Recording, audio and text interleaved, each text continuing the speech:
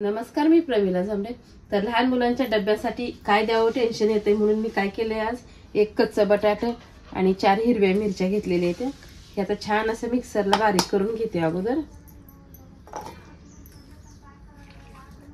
तर कच्चा बटाटा मी साल काढून चिरून स्वच्छ धुवून घेतलेला आहे। 4 हिरव्या मिरच्या आहेत आणि थोडासा लसूण आहे। तर ह्याला पाणी न घालता आपल्याला असंच वाटण करून घ्यायचं आहे। तर बटाटा, हिरवी मिरची आणि कोथिंबीर, लसूण मी छान असं पेस्ट करून घेतलेली आहे। ती पेस्ट एका वाटीमध्ये काढून घेतली। तर इथे मी गव्हाचं पीठ घेतलंय, इथे बेसन पीठ आहे। तर ही पीठ आपल्याला थोडी थोडी ह्याच्यामध्ये टाकून घ्यायची होती। तर पीठ मी चाळून घेतलेलं आहे दोन्ही पण। तर सुरुवातीला 1-2 चमचे गव्हाचं पीठ टाकलंय, छोटी 1 वाटी बेसन आहे। तर ह्याला मी आता छान असं मिक्स करून घेते।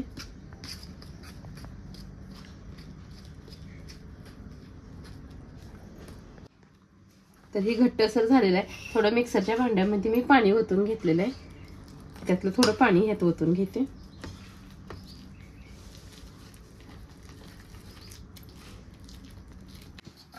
तर बघा, हे मिश्रण छान असं मिक्स केले नंतर थोडंसं मी पाणी ओतलेलं आहे, जास्त घट्टही नाही जास्त पातळही नाही। तर ह्यात मी थोडासा ओवा टाकून घेते, थोडीशी हळद आहे, आपण चटणीच्या ठिकाणी हिरवी मिरची वापरलेली आहे, थोडीशी कोथिंबीर आहे आणि आपल्याला चवीनुसार मीठ वापरायचं आहे। हे सगळं टाकून एक 5 मिनिट आपल्याला पीठ असंच भिजत ठेवायचं आहे। तर बघा, एक 10 मिनिटे मी ठेवलेलं आहे, पीठ छान असं भिजलेलं आहे। जास्त पातळही केलेलं नाही, जास्त घट्ट पण नाही। मी गॅसवर तवा ठेवलेला आहे, अगोदर तव्याला छान असं तेल लावून घेते।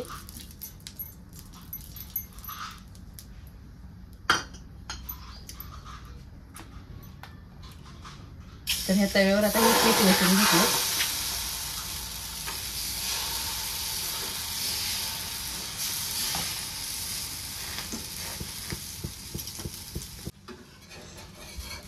तर ही नाश्ता एकदम मऊसूत असा होतोय बघा।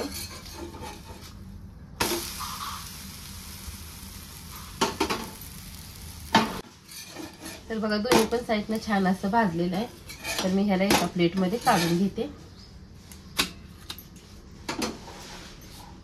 तर ही डब्यात नेलं तरी पण एकदम मऊ असं लहान लेकरांना छान असं झालेलं आहे हा पदार्थ। तर मी राहिलेलं पण पिठाचा असंच नाश्ता करून घेणार आहे।